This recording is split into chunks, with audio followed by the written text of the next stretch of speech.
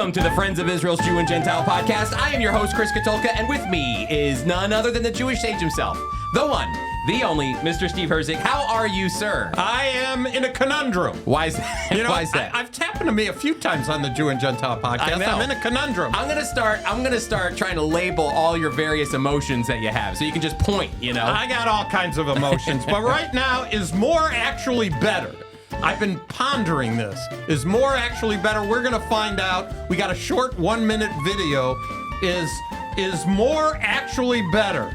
Chris, I'm an old guy. I'm trying to get rid of stuff. So from my point of view, more is not better. Well, I was just asking you because you got to get some repairs done on your home. Don't even talk to me about this And stuff. I said, are you ready to go to some place where they take care of all that stuff? And you said, I want somebody to take care of me, Chris. I need somebody to. The Lord is enough. But a little more wouldn't hurt. Wouldn't hurt. That's right. Hey, Steve, before we get going, we have to do this early because I got a text message the other day. I want to read it really quick. And I did share this text message with you, so you can't tell me. No, I'm not surprised. One of the few times, yes. Yep. You did share this with me. Okay, so this comes from a new listener, which is fantastic. Brand new listener. I always like it when I get a text on my phone and I don't have any conversations. Not that I don't like talking with the people who do text me. I'm just saying I like seeing new people, too. And this particular individual texted me and said, listening for the first time today, like what I'm hearing, especially the part about the free stickers. Free stickers at 424. 444. 1948, that's what they have to text. And we will send them 50 stickers free. And we're looking to be able to turn that into another language, Chris. That's right. But before you're going, well, what stickers are you talking about? Well, if you're just tuning in, like our new friend here that just heard about free stickers, and the reason we like to do this up front now is because who knows when you're going to turn this thing off. Because they're going to drop off, Chris. Then we don't know when you're going to say enough's enough, and you're going to miss the good part. So we want to give you the good part first, and the good part is get your free stickers that support Israel and the Jewish people. Look, I'm holding up one right now. If you're watching on YouTube, if you're listening on a podcast, Spotify, Apple, wherever you're listening, thank you for tuning in. You can get your 50 free stickers that support Israel and the Jewish people. This one says Israel Forever and has all beautiful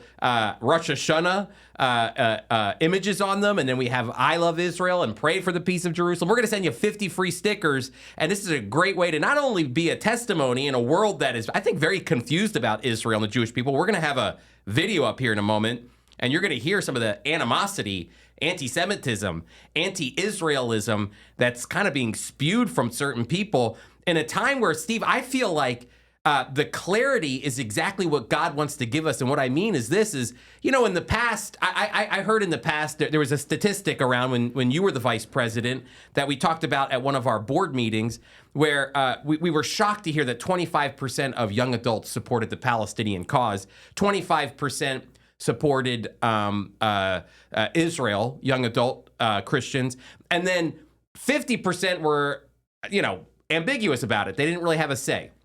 And I looked at that as a positive thing. Well, we can teach the 50%, we can make an impact. Well, I feel like since October 7th, there's been a line drawn in the sand. And I still think there's a lot of ignorance out there, but there's been a line when you go on social media, when you hear people talking, the line has been drawn on whether or not you love and support Israel and the Jewish people or you don't. And to be vocal about it, people can start sharing their opinions, which is absolutely fine, but it can also get pretty heated, which we're going to see in a moment. The stickers are a great way to be a witness for what you believe, but most importantly, your faith in the Lord Jesus. So if you want to get 50 free stickers that support Israel and the Jewish people, text us at 424-444-1948, and we're going to send you those 50 free stickers. But Steve, before we get to that, we want to talk about is more better. Is more better. So let me go ahead and bring this up. This is from He Gets Us, and this was a Super Bowl commercial. At least that's what I read. Chris, the whole commercial thing is on the Super Bowl, which we just had last Sunday. And we're doing this podcast on Wednesday. I know people actually watch the commercials and not the game, Chris. Oh, yeah. So you're talking about the potential for 125 or so million people. And so people pay big bucks. Corporations pay big bucks. He Gets Us has, I think this is at least their second, if not more years. But I just thought this commercial was asking the right kind of question. Again, if they were asking it to 72-year-olds like myself, we would say absolutely not. More is not better. We're trying to get... None of my kids will take any of this stuff. They won't even take their old stuff back. I'm not kidding. My wife said, we got an attic full of your stuff. You're in your own homes. Will you come and take it? No. You could just leave it there. Leave it there for who?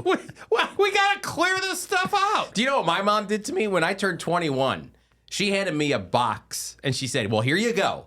And I said, what is this? She goes, well, you're 21 now. And I said, okay, well, what is this? She goes, this is every single birthday card anybody has ever given to you from when you were an infant till you were 21. I've been keeping all of them, and now they're yours. And what did you do with it? I don't know what to do with this. I thought we were throwing them away. And she goes, nope. I said, well, this is what I'm going to do. I'll look at every one. I'll go through one more time. Just go through. You could have taken some pictures of them. Well, this is 21, so this is 40 or 20 some odd years ago.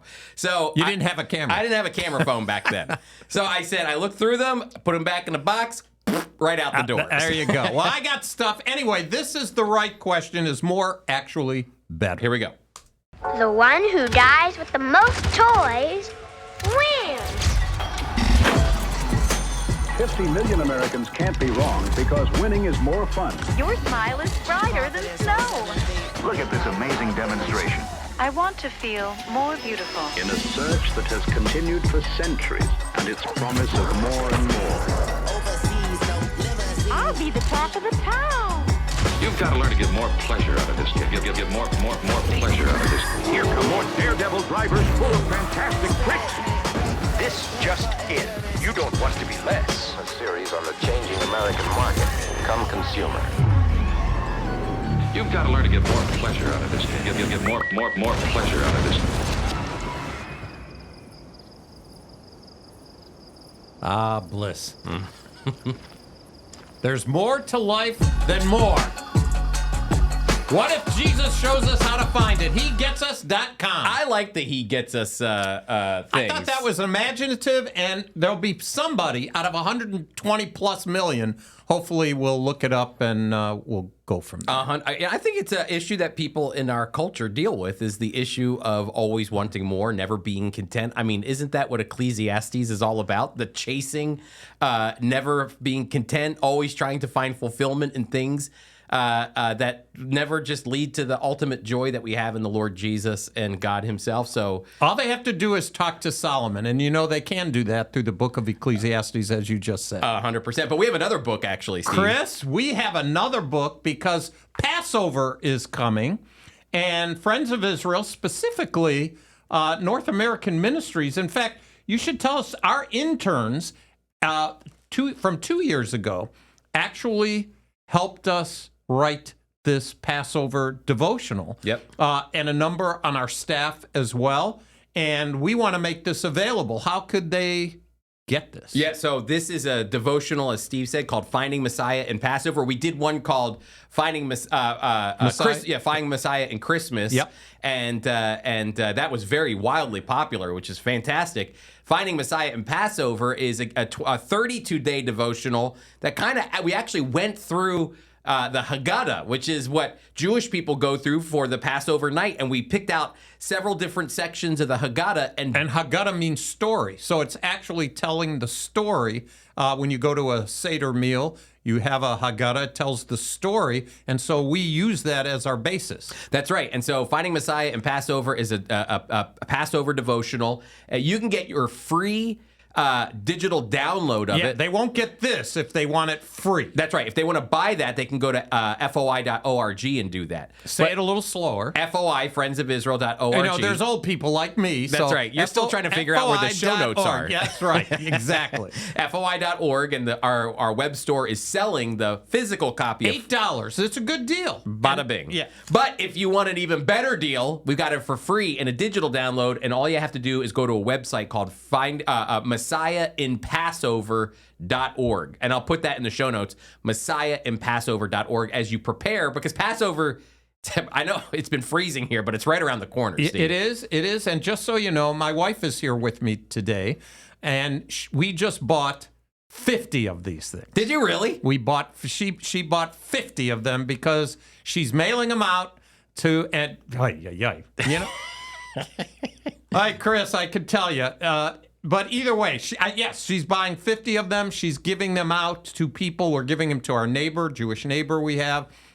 I'm giving them to my family. When we go to a church and speak, she's giving them to the elders or pastor of the church. So is she going to listen to you while you speak?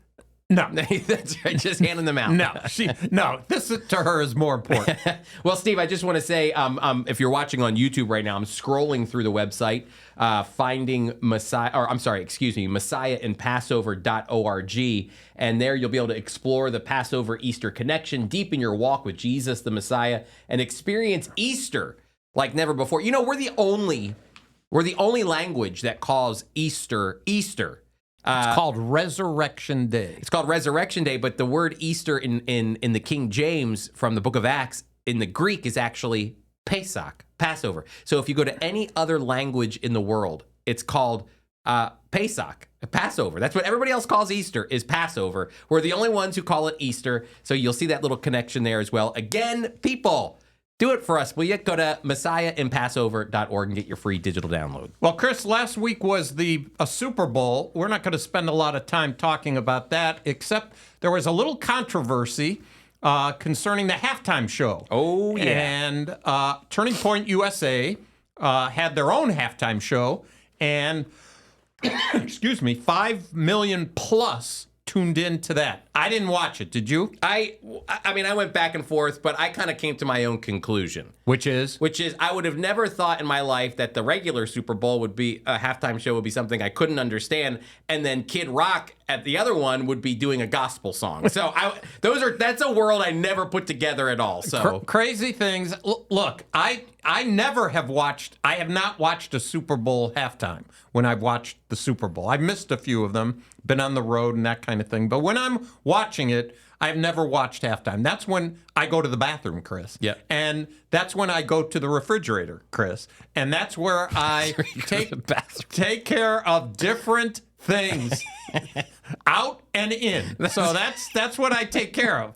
Sounds like Mark chapter 7. But this time, I was actually at my son's house with his kids, my grandkids, and I told them I would watch the first half with them. And so, Chris, gotta tell you, the best time to drive, by far, I think I've driven Christmas, I've driven New Year's, I've driven all these different times. The best time to drive is halftime of the Super Bowl. Because on my way home, which is about a 15-minute drive, nobody on the road. I mean, I'm not hyperbolating now. Nobody is on the road. I know. I mean, everybody must have been partying at the Super Bowl. Well, I know that between Sam's house, your son, and your house is probably on a normal day 20 minutes, 15, 20 minutes. So I'm guessing you did 10, 15? Easy. Yeah, it was nothing. But all that to say, the Super Bowl halftime show has been a lot of controversy. Yeah. So you could go on our, when Chris sends out the show notes, scroll down, and you'll have a whole article. CBN put it together. I think it's a video, and it talks about the alternative halftime show. Yep, which I think captured more than 5 million watchers, which is big. And I think actually it put a little tiny dent in the 124 million that were watching Bad Bunny. And is that who he's called? That's his name's Bad Bunny. That alone, I hear Bad Bunny and I'm thinking about a rabbit. Yeah. I will say, okay, so I was telling Steve this. Sei gesund. I could care less. That's me. I know everybody, maybe you have a very strong opinion about the halftime show. Text us at 424-444-1948. Let me know what you think. Let Steve know what you think. In my opinion, I I feel like it's always controversial. What's new? You know, at least the guy stayed dressed the whole time. That's right. You know what I mean? I do remember. I'm old enough to. You are old enough to remember too. One of the Jackson girl. Yep. She had a problem. Janet. Yeah. Janet Jackson. She had a problem. She had an issue. I didn't watch that one either. In those days, USA Today, Monday morning. Yep. She was the headline. I didn't know about it, but bada bing, bada boom. That's right. Well, at least he stayed fully dressed, and Kid Rock sang a gospel song. I'm telling you, I don't even know what world we're living in. I'm old enough to say, what is the world coming to, Chris? That's right. Any What moment. is going on? Any moment. Chris, all that small talk aside, we have a brand new program coming up, and we want our 7 listeners to participate with us. And why don't you share a little bit about the background? North American Ministries is expanding. Yeah. And it's expanding certainly through Chris as the Vice President of North American Ministries now, his vision, things are popping. But really, we have to give credit to the Spirit of God as new staff has come. The burdens that they have, the call that they have, and the gifts that they have has made it possible for us to expand the work. We're just saying yes to God, aren't we? You know, a couple of months ago, I was sitting in a meeting, and one of our leadership team for our department, he said something about speaking in Spanish in Mexico City, and I don't know what the Lord did in that moment, but it was like a flood washed over me, and I said, we're called North American Ministries. They're going to start, everyone listening now is going to go, who are these people leading this thing? Okay. I said, we're North American Ministries. I think Mexico is in North America. I had to go back into my elementary school geography days. So, of course, I chat GPT is it right? Confirm. I'm telling you, everyone listening right now is probably like, these guys, this guy me, the Gentile is an idiot. But sure enough, it was there. So I went, because for clarification's sake, we also have an international department. That's right. And so the international department actually used to run Canada. Exactly. And so that's the reason why there's just some, questions. In 2015, Friends of Israel president determined that now Canada and the United States should go together. I realize geographically that's been the case. Historically. But at Friends of Israel, when Jim Showers called me in his office, he said, I want you to take Canada. Yeah, so that was 2015, and now Mexico. Now Mexico. So we actually formed a team called Vision Mexico, and we just had an amazing meeting, Steve, of about 9 Spanish speakers with a heart for Jewish ministry and a heart for Mexico. I was in this meeting, and guess what? I couldn't understand a word, and I loved every minute of it, okay? And so there's a lot of things that God is doing in order to expand our ministry of North American Ministries from Canada to U.S. down into Mexico now. There's actually, you might be going, is there even Jewish people in Mexico? Yeah. Do you know the size of Mexico City? It's 25 million people, I think. At least 25 million. Yeah, and a lot of them are Jewish. Yeah, there's a lot of Jewish people, and there is a Jewish prime minister, a Jewish president, Claudia Sheinbaum, who is Gesundheit. Yeah. Who's leading Mexico. But so we have a new, we're going to try to take some of the stickers and resources that we have. We've already translated 10 Reasons Why Christians Should Support Israel into Spanish, and we want to get that published. And we want to take some of our stickers, which a lot of you might have signed up for already, and we want to get these translated into Spanish so we can start handing them out. And honestly, I believe that churches in Mexico are hungry for God's truth, and we want to be able to supply some of the void that's there when it comes to Israel and the Jewish people. And so, again, we're calling this Shalom Mexico, and we want to give you an opportunity to participate in this. We're looking to raise funds in order to kind of get some materials printed to expand our work down in Mexico. So you can go to the website, foiequip.org, and there's a donate button up there. And if you donate to FOI Equip, those funds will be used not only for expanding Mexico, but other ministry opportunities as well. And so Steve is so apropos in naming this Shalom Mexico. Hello, Mexico. Peace be unto you. That's right. And so join us. You can go to foiequip.org. You can join us in prayer or funding.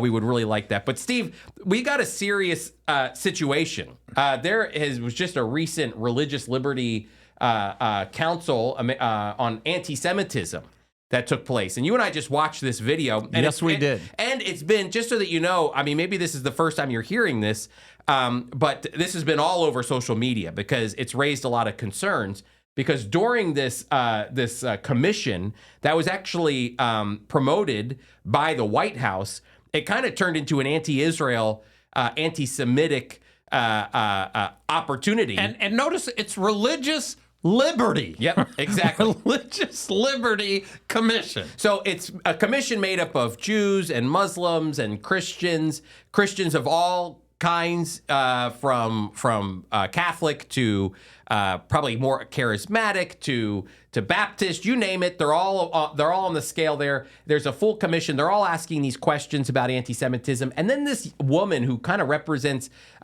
one aspect of the Catholic Church here, her name is Carrie Pragine Bowler. And she is a former model, actually, but she converted to Catholicism recently. And I think she's kind of come under the arm of Candace Owens. And so I want you to, this is a kind of a little bit of a video to go through, but I want you to hear how she hijacked this commission on anti-Semitism and religious liberty. So she takes this opportunity, and instead of pushing the ball forward for taking care of the issue of anti-Semitism in our country, she uses it as an opportunity to be anti-Semitic and anti-Israel. So pay attention as she speaks. She's saying a lot of stuff, so you got to pay attention. Here we go. Mr. Frankel, this is for you. You described very painful experiences at UCLA, and I take that very serious. At the same time, many of the students who I've spoken to personally who created those encampments say that they were protesting the killing of tens of thousands of Palestinian civilians in Gaza and their university's financial ties to that war.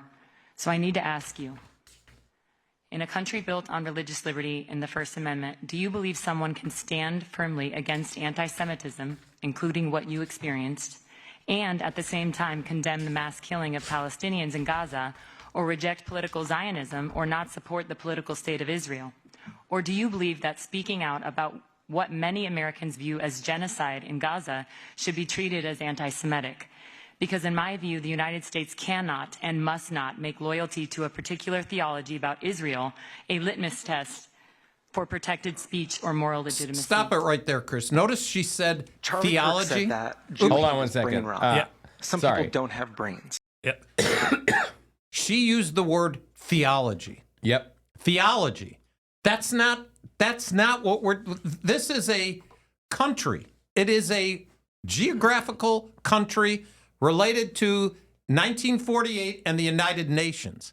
So the question she's asking about theology, it has nothing to do. There's some people support Israel because of theology, sei gesund. But the country of Israel, you have to set that aside theologically from a secular point of view. That's right. And I think the rabbi is going to give a great answer, I think. And I think it'll be helpful. But and this will help us get a little bit of the news out of the way, too, because recently Hamas admits the scale of losses. I'm glad you brought that up now. Yes. In relationship to what she's saying, because she's talking about the tens of thousands of genocide. The genocide going on. Well, Hamas itself says that it will pay stipends to around 50,000 widows of fighters killed by the IDF in the war it initiated by its own admission.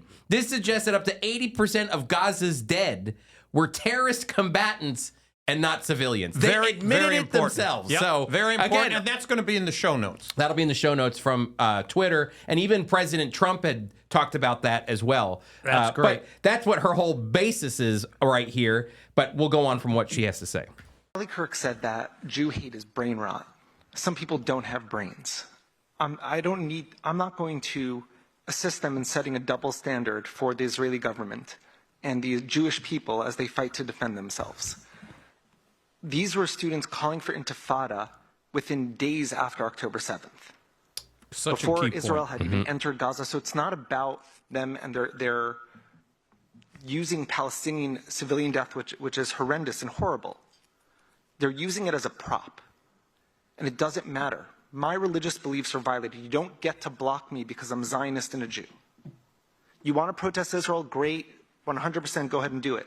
But the university let them wear masks, even though there's a mask ban. They violated all time, place, and manner restrictions, amplified sounds. It went on for years. They kept doing this time after time again.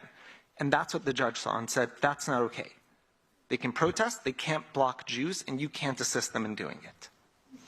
I'm really grateful that we're having this discussion because I think this is a topic that is really affecting so many Americans.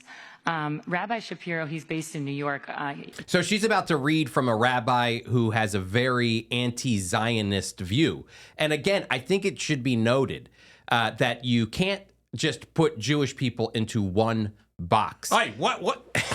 That's right. Read it, and weep, Chris. Read That's it. right. Non-Jews, I'd like to get a second opinion. Jews, I'd like to give a second opinion. Thank you. So, but what she's doing is she's pulling from a voice that's actually, I would say, probably a very small voice in the country, but she's using it as her platform in order to kind of push back against not just supporting it. Fine, don't support Israel. I don't care. But actually trying to eliminate the state of Israel altogether. So here she goes in quoting this one particular rabbi. I invited him here today, but he's not here today.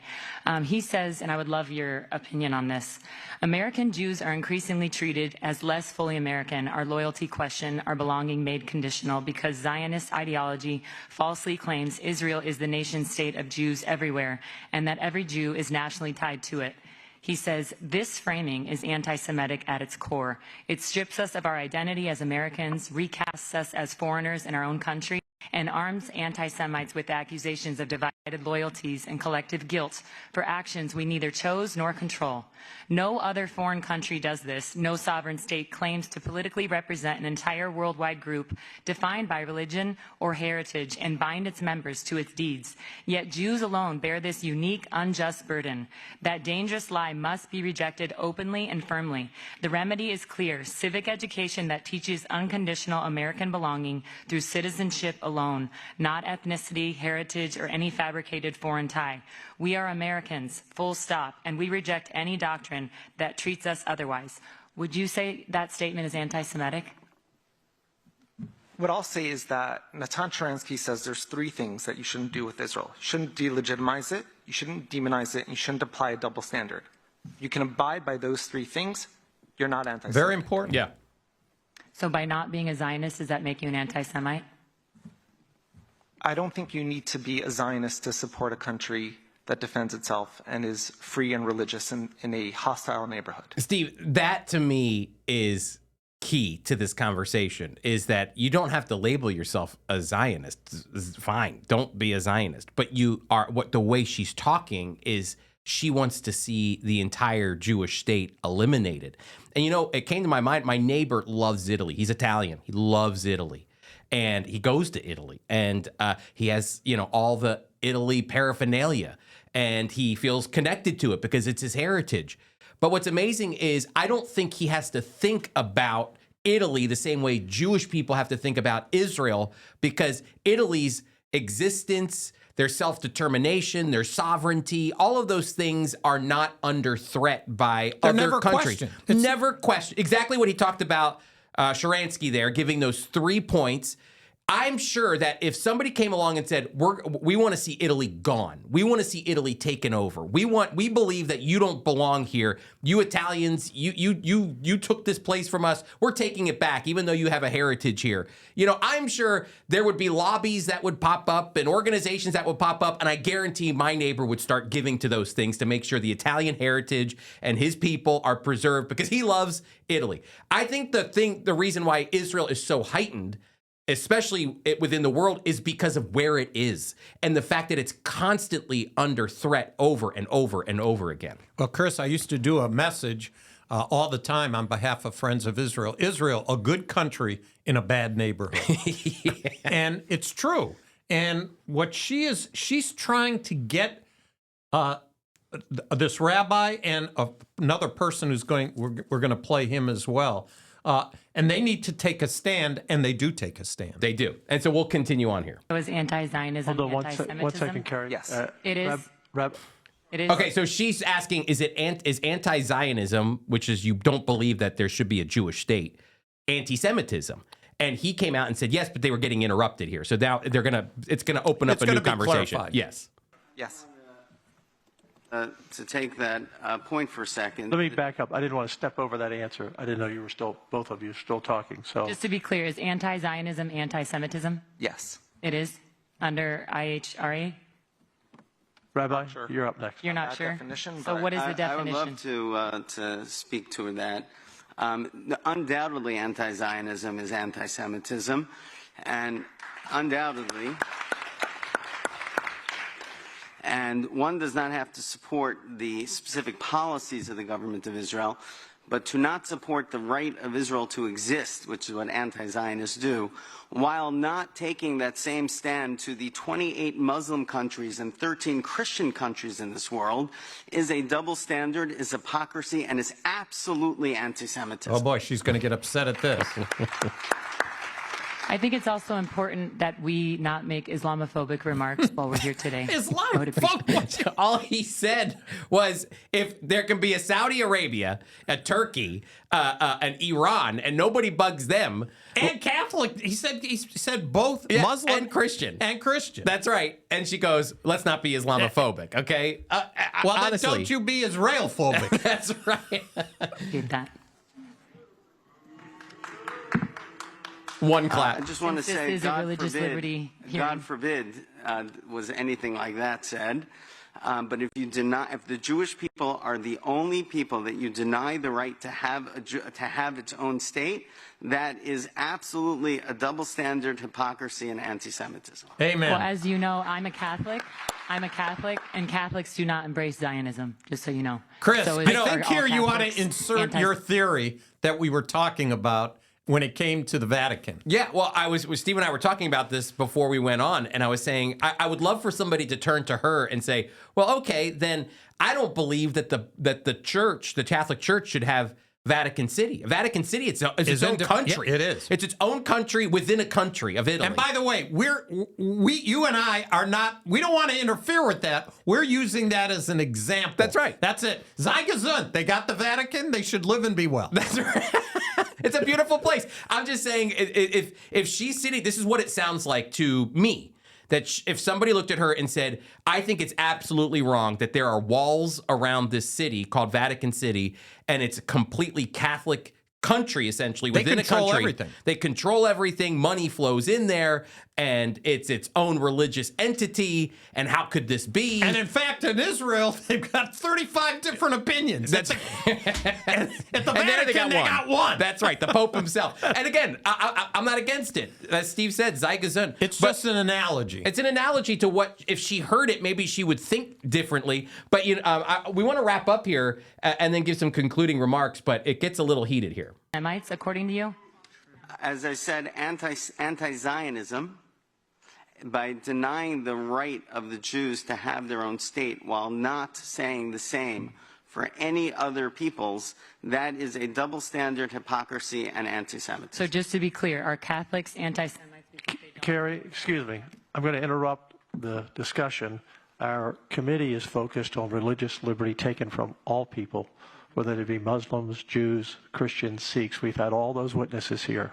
This is not a commission on defining religions or calling out We should include any this in theology the show notes. This is not the commission for that. Right, but we're And so talking you about were- a foreign nation, so I want to be clear on what the definition of anti-Semitism is. If I don't support the political state of Israel, am I an anti-Semite? Yes or no? Yes. They already answered. Asked and answered. According to you on the record, yes? If I don't support the political state of Israel? I don't personally label people, but what I'm saying is, if somebody states if somebody says they're an anti-Zionist, they are saying about themselves that they have a double standard and hypocrisy, and they're taking anti-Semitic positions. Okay. Carrie, do you feel like you have your questions in? I don't agree with that, because as a Catholic, I don't agree that the new modern state of Israel has any biblical prophecy. So she brings theology. Meaning at all. Well, and that's the point, is that right behind me, if you're watching online, there's this great guy. His name's Theodor Herzl, and he is the founder of modern Zionism. And I can tell you this right now. He never cracked open the Torah in order to get himself to Israel. For him, it was a political endeavor. That's what they're talking about. When my spirit... Israel's founded by Jewish communists. That's what I'm saying.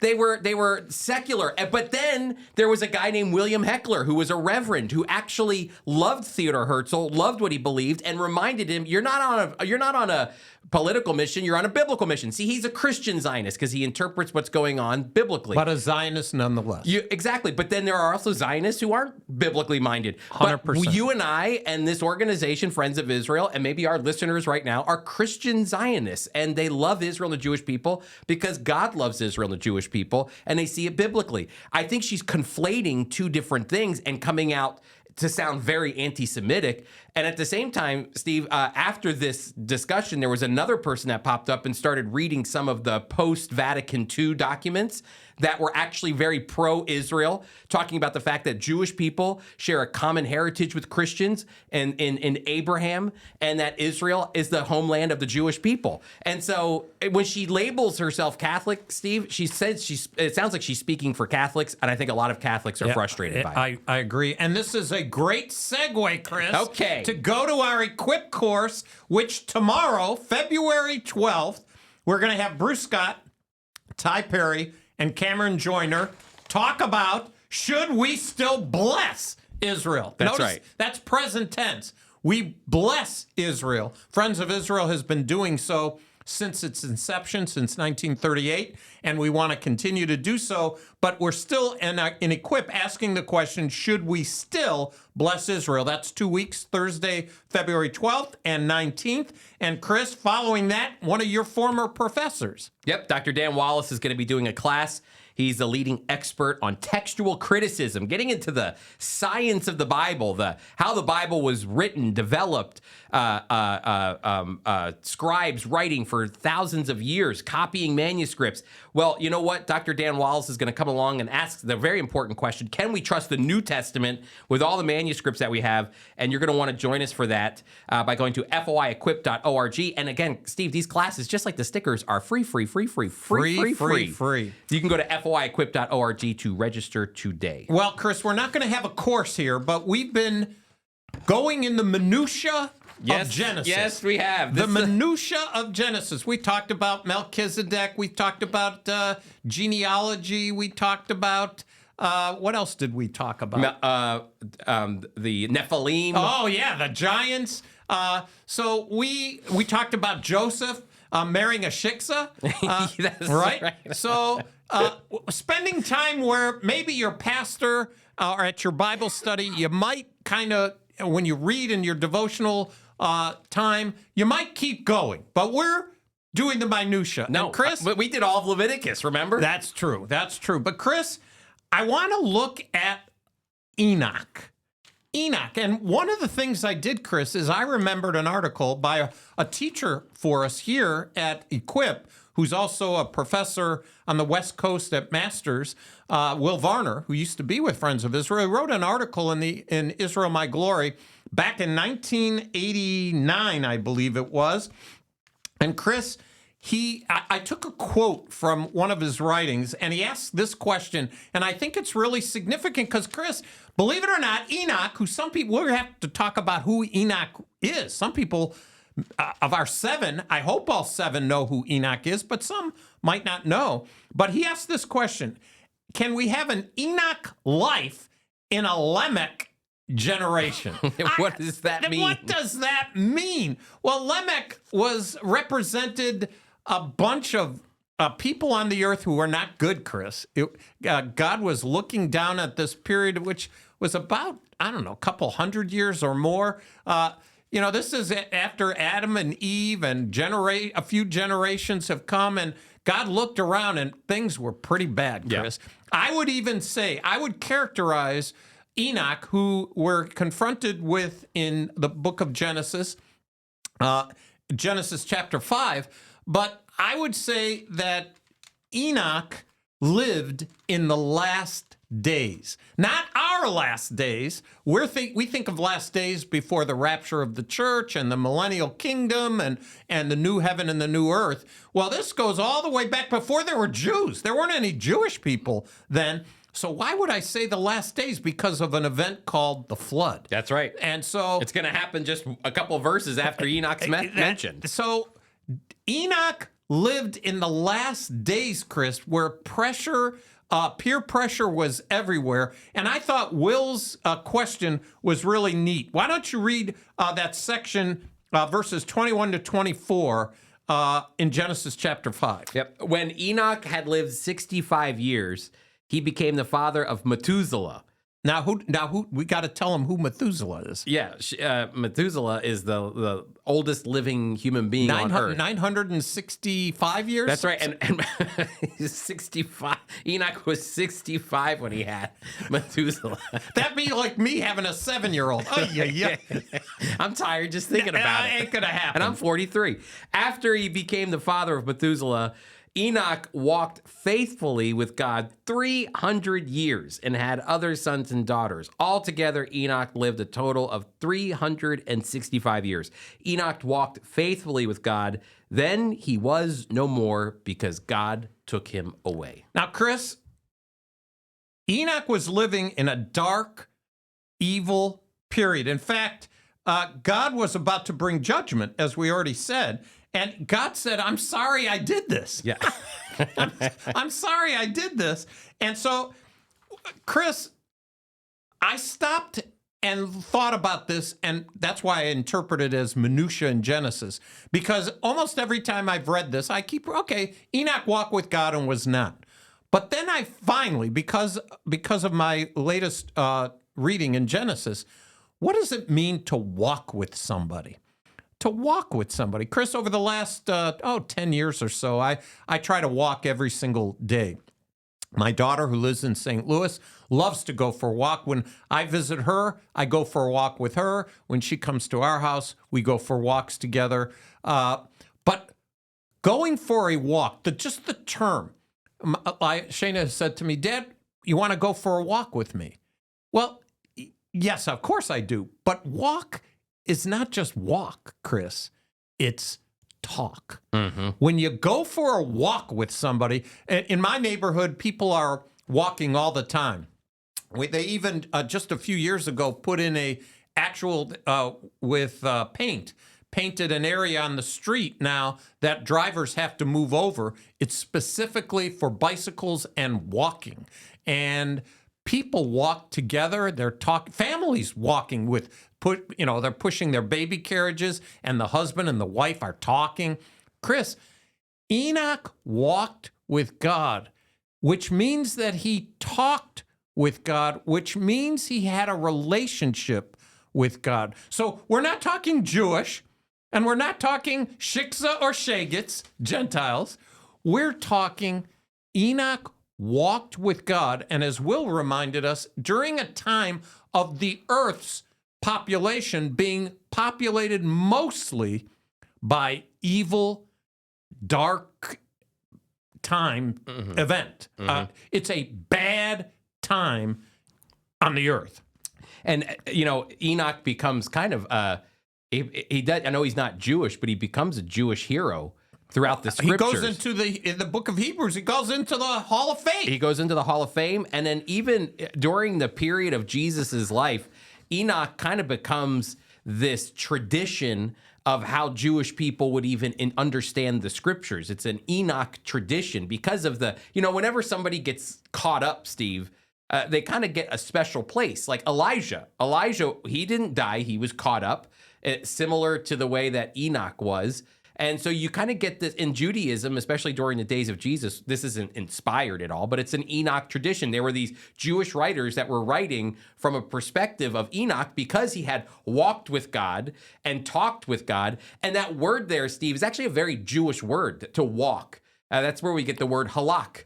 And we're going to be talking about that at the end of the podcast. That's right. And so to walk is actually not just, it's like what Steve is saying, you're walking and you're talking, because that's the relationship that Enoch had with God. But your walk at the same time, too, in halakhic law, that's a Jewish word. Steve, you know that growing up, to be halakhic is all of the laws of the Jewish people, but it's not just the laws. It's actually the behavior of somebody that by walking with God and talking with God, Enoch was actually behaving in a way in a world that was corrupt and falling apart to the point where in just a few verses, it's going to narrow down to only one man. Judgment is coming. That's right. Judgment is coming. And only one man would be the one that would remain faithful, that God would use, Noah and his family. But ultimately... Well, there would have been Enoch, but he's gone. But he was not. I love that. Enoch was not. Isn't it interesting, Chris? I know I don't know of our 7 listeners. Hopefully all 7 of them believe in the rapture of the church. But I realize that some of our listeners might not believe in the rapture. And it's gotten some bad press through the years, as I've believed it almost since the beginning when I became a Christian. But the concept of rapture, even though that word's not in the New Testament, the idea of being snatched away is not a New Testament principle. Here we are in the book of Genesis, and Enoch was walking with God, and boom! Yeah, he's gone. That's right. Where was he? Before judgment.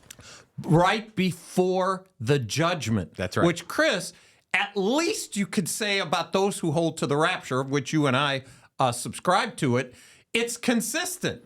We believe the rapture will take place in the timing of God before the 70th week of Daniel, which is a judgment period. You know, it's interesting because I've never thought about this, but a lot of times people will look at the Israelites in Egypt as an example that there isn't a rapture that happens before the judgment, the 7-year tribulation period. And they'll say, hey, look, even the Israelites lived through the judgment of God. So the church will live through the judgment of God during the tribulation period. That's what they'll kind of give that example. But you know what? It's amazing because that is such an isolated, that's Israel and Egypt. But here you have, I think, a better picture of judgment because the time of Jacob's trouble, the great tribulation, as Jesus says it is not just for Israel, it's for the whole world. The whole world is being judged. Well, in the great flood, the whole world was being judged, and God took out his man before the whole world. 100%. I just want to clarify. Yes, the tribulation will be on the whole world, but the reason is because it's the time of Jacob's trouble. That's right. And the Gentiles are there during the time, and that's, Chris, for us. We want to get the good news out before all this takes place. Let me just read a couple quotes. I went back because I have been associated with Friends of Israel, Chris, for 50 years. And I remembered David Levy writing on Enoch and Will Varner. And here's what David wrote in June of 2011. And Chris, the only way I could find this is because I have an app. I hope our 7 listeners want to get the app. It's a Friends of Israel IMG app. Israel My Glory. Yeah. Israel My Glory. You could download the app. And if you subscribe, part of your subscription gives you access to every IMG magazine going all the way back to 1980, almost when I started. I started in 1977.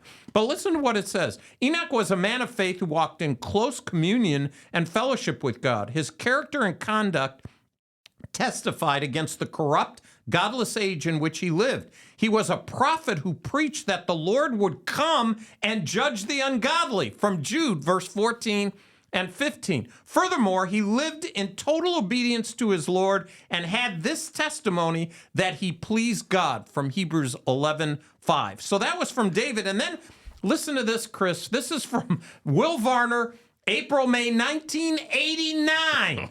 So this goes back. You were just out of diapers. You were out. Yeah. Okay. So a couple more years. To walk with God means to agree with God, Amos 3:3. It means to please God, Hebrews 11:5. It means to trust God, 2 Corinthians 5:7. Notice the verses. Friends of Israel, we give you verses. Yeah. Micah declares that the 3 things, this is really significant, these 3 things the Lord requires of his people: to act justly, to love mercy, and to walk humbly before God, Micah 6:8. Enoch experienced that fellowship to such a degree that the Lord took him to himself so he could enjoy it unhindered by any worldly distractions. Chris, this is minutia. I parked myself with Enoch for just a little while during this week, and the things that I have gained now, Chris, we're living in a Lamech world, right? Yep. With crazy stuff. We're talking about the Super Bowl and anti-Semitism, and people hate Jews. And by the way, they hate Jews first, then they hate Christians. It's tough out there. But you know what? We can be Enochs. We can live like Enoch. And one thing we have that Enoch didn't have, we have the scriptures. We have the whole counsel of God. So we're ahead of the Jewish people who were given initially first the Torah, then the writings, the prophets, and then Jewish people gave us the Bible. Now, I don't know what the latest research is on Luke, Dr. Luke. I tend to think the guy had to be Jewish. He was a doctor. It is going in the way of that I Luke know was it's going Jewish. that way. I always, Scholars when are I'm in moving a that congregation, I say, he is a doctor. Look, medical doctors, they got to be Jewish. But even so, I'll give them, so New Testament, Luke and Acts, Old Testament, Job. All the rest, Jewish writers. And Chris, the analogies you can make between Enoch's time, although technology and all that's changed, but the time of the Enoch, Lamech, versus the time of evangelical Christians today and the world are very similar. Very similar. And you know, I was reading this book this morning, Steve, about apocalyptic literature, which is the book of Revelation and Daniel. It's writing about the future. And the writer was trying to give a definition to when apocalyptic literature was written. And a lot of it was written during a time not of great excitement and prosperity for the people that they're writing to, but a time of suffering. Whether it's the Dead Sea Scrolls, the Qumran community, or John writing the book of Revelation. It's a time of suffering for a people. And here is Enoch, a little bit again, he'll get picked up. Enoch later on in the days of Jesus will actually get used in apocalyptic literature. Why? Because in a time of suffering, Enoch still walked with God. And that's the thing that's hard for us to understand. I think especially in the church in the 21st century, even in the West here, is that there's suffering. There is real suffering, and the literature, the scriptures are what give us the hope that we have to be able to walk with God in the midst of the suffering. And so scholars might call that apocalyptic literature. I call it biblical prophecy. Prophecy is for those who understand that there is a hope coming, even though there is suffering today. I think that's really significant and really helpful for us. That passage in Micah, we're not under the law, we're under grace. But Micah it's in such a short verse, really helps us focus on what being a real mensch is. Yeah, that's another message I use for Micah chapter 6 and verse 8. How to become a mensch. A mensch. You have a message called How to Be a Mensch? Yeah, I do. We should have podcast series where you just go over all of your old messages. How to be a mensch. We've used that as our Yiddish word for the day. I didn't know you had a message built around the whole thing. Micah 6:8. It's actually in my book, which shows you haven't read my book. But what was the other one called that you had? You talked about another message that you give earlier. I don't remember. Okay, it was about Israel or something like that. Don't pin me down. Okay. So, but mensch in German means human. Yeah. It just means human. But in Yiddish, it means it's the kind of person there's a guy or gal with a flat tire. A guy pulls over and changes the tire. You don't ask him his religion. You don't ask him his race. You don't ask him. You just say, thank you for stopping. What a mensch. Yeah. What a nice thing to do. So how do you become a mensch? Number one, act justly. Mm-hmm. Act justly. Love mercy and walk humbly with God. If you could do those three things, you're a mensch. And in the message, I actually take real people in real situations and give an example for each of those three things. I think for the next series, we need to pick up 4 or 5 of your messages and just go through them. Well, anyway. All right. Well, that's minutia Enoch. from Genesis. Enoch. I'm telling you, this does He not feel walked like... with God. He had a relationship with God. And Chris, isn't that what our podcast really is all about? We want people to deepen their relationship with God and at the same time learn about the Jewish people and love them and care for them and support them because God does as well. 100%. And if you'd like to do that with an actual sticker, you can get those free stickers by going to 424-444-1948. You text us, and we will send you 50 free stickers to love and support Israel and Jewish people. Steve, we're going to the news now. Have you been watching the Olympics at all? I have not one thing, although my grandkids have kind of given me updates, and one of them was on Vaughn. What's her first name? Oh, man, Lindsey Vaughn. Oh, man. She tore her... I have to admit, Chris, when she said after tearing her ACL, she was... 2 weeks ago, 2 weeks. I said to myself... She's going down. Zygazun, I hope it worked. How could you ski with a bum knee? Well, the answer is you can't. That's right. She now has a broken... I feel broken leg. For Yeah, 100%. I did see on YouTube. I'm surprised she doesn't have a concussion. Her head was flopping. Her legs were all over the place. The fact that, at least what I heard, only a broken leg, praise God. Well, I'll tell you, there's been a bunch of the ladies. I don't know about the men's, but I was watching. There's a YouTube video where that course is actually quite dangerous. Like, they keep flying off the side and hitting the fence, and it's out of control. But, actually, Steve, that Israel is over. Winter Olympics, Israel is over there. Now, maybe you don't know this, but Israel is only the size of New Jersey. But if you wake up early in the morning, you can go skiing in Mount Hermon. Yes, you can. All the way up in the north on the border of Lebanon and Syria. But then, if you drive fast enough, you might be able to make it down to Steve's favorite place, a lot, where you can swim with the dolphins. 100%. A lot. Pick your feet up. I'd have a seltzer water with lime in it. Oh, it's amazing. Chris, I dream of a lot as we've gone through below zero wind chill factor.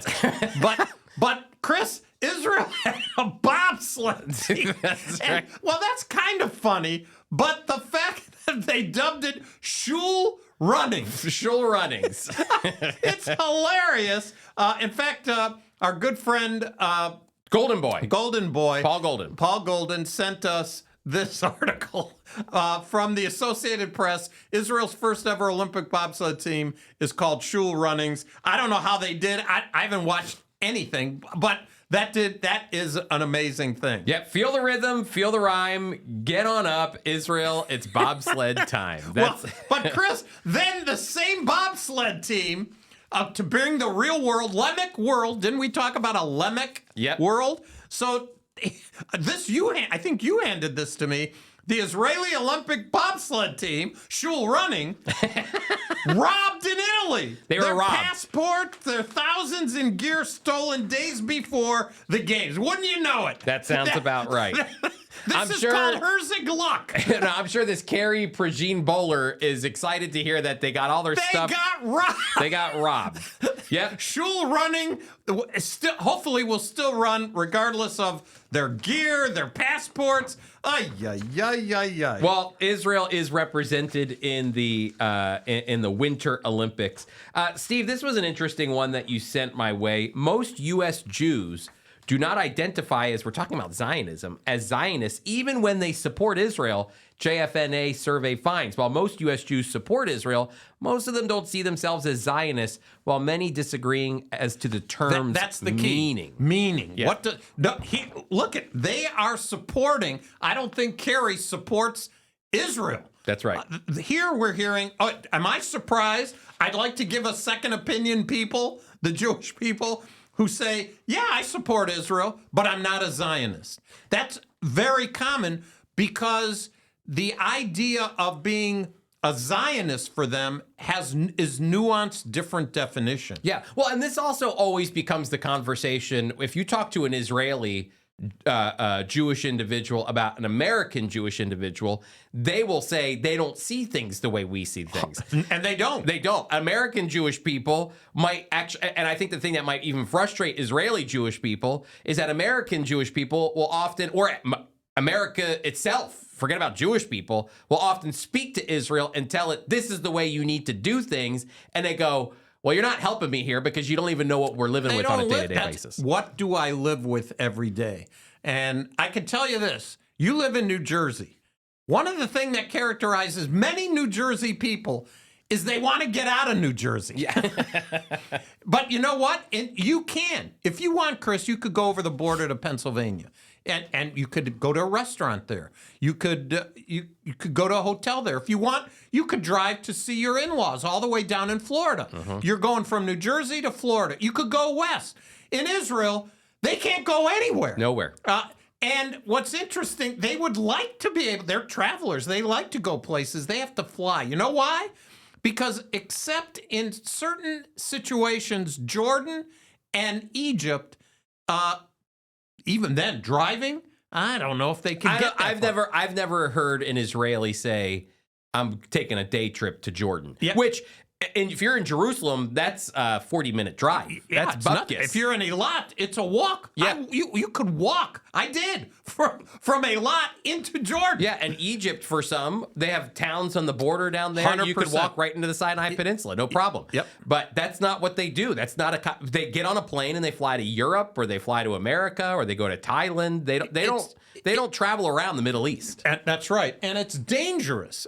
These countries, Israel just wants to be recognized as a political entity that it was by the United Nations declared so in 1948.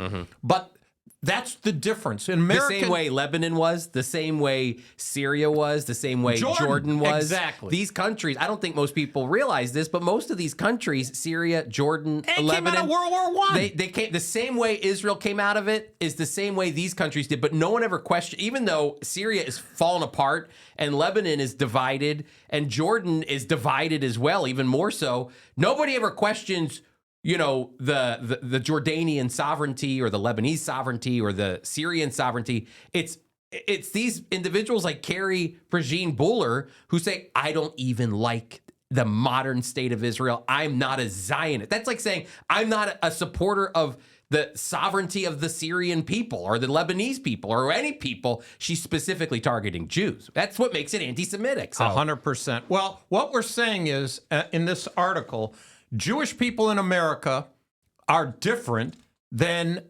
Israeli Jews living in Israel. And by the way, American Jewish people are different than Arab Israeli citizens. They look at their country different than the way Jewish people do. And the reason is they live there. They have to live through the everyday kinds of things. And it's rough for them because you and I have been there and talked to Israelis. Sometimes they don't agree with what Americans are saying they need to do. Oh, 100%. This is an interesting thing here, Steve. It says, respondents were also quizzed on what views they believed constituted a part of Zionist beliefs. Among Jews, 36% say Zionism only meant the right of the Jewish people to have a Jewish state. That's the way I would define it. That's fine, yeah. More than 1 in 4 Jewish respondents said they thought Zionists were expected to be supporting whatever actions Israel takes, which is not Zionism. That is not. And 35% said Zionism meant believing Israel has a right to the West Bank or Gaza Strip, which is not either. So you could see how the definition, the term, is really the issue at hand, because I'm sure I've watched some of these man on the street situations where a guy comes up and he says, "Are you a Zionist?" He goes, "No, I'm not a Zionist." And then the guy goes, "Do you believe the Jewish people have a right to exist in Israel and have a state?" "Well, yeah, sure." "Okay, then you're a Zionist." And the guy goes, "Wait, what?" And he goes, "That's what a Zionist is. You just believe that Jews have a right to exist in Israel." It's just that no other country has to even have that question asked to them. That's right. That's the problem. Well, Chris, this segues to the last news item. And I just want to quote, look, we're not political. We always say that, right? We're not political. I haven't heard from our friend recently who says, you know, you guys always say you're not political, then you talk politics. We're not political, but this is something that I thought, to me, it was humorous. Regardless of what you might think of President Trump, I love some of the things, just the way he says things. And this is one of them. He's talking about the prayer breakfast. Chris, many presidents went to prayer breakfasts in Washington. Thank God, Democrats, Republicans, they went. Sometimes they've been controversial, but I'm glad prayer is super important.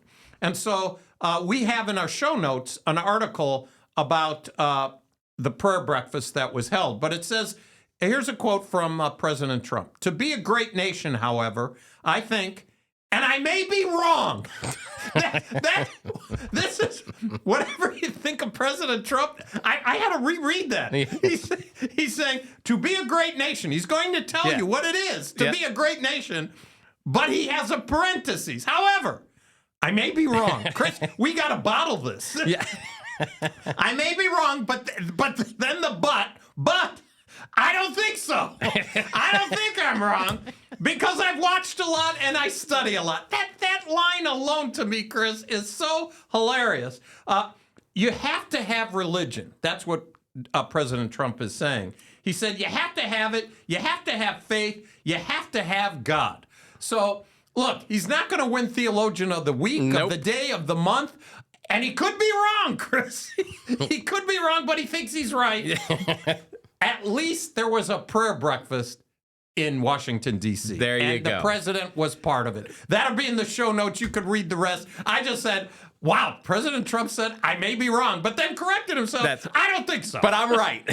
I don't think so. All right, Steve, Yiddish word of the day. Yiddish word of the day. What do we got? Chris, you had the Hebrew word today. What was the Hebrew word for walk? Halak. Halak, where we get halakha, or halakhic. Halakhic. Shpatzir. Shpatzir. S-H-P-A-T-Z-R. Shpatzir. Shpatzir. Wait, what do you say? I don't know how to pronounce it. Let me see this. It's at the bottom of the page. You can do it. Shpatzir. Zagazun. You know, it means to walk. It means to walk in Yiddish. You know, one time a person said, y'all need to get your Yiddish words down. Okay. Yeah. My parents, they never went for a walk. They never said they used Yiddish. We didn't know this word. Luz in the game. Luz in the kinder. Luz in game. Luz in the kinder. That's right. That's right. Let them be. But we're not going for a Shpatzir. They're not going for a Shpatzir. Okay, hey everybody. Thanks so much for being a part of the Friends of Israel Jew and Gentile podcast. We did so much today. That's right. Finding Messiah in Passover. Go to messiahinpassover.org, and there you can get your free digital download of our 32-day devotional leading up to Passover, which will be right around the corner. Again, that's messiahinpassover.org. And also, don't forget to go to foiequip.org, where you can sign up for some of our upcoming classes, like Should We Still Bless Israel? And Can You Trust the New Testament? Is the New Testament reliable? I'm sure you know those answers, but you should still come and hear what some of these great specialists have to say. Again, you can register for free at foiequip.org. And finally, Steve, free stickers, hurry. 424-444-1948. Get your free stickers that support Israel and the Jewish people, and text us if you made it to the end. Hey, everybody, thanks so much, and we'll see you next year.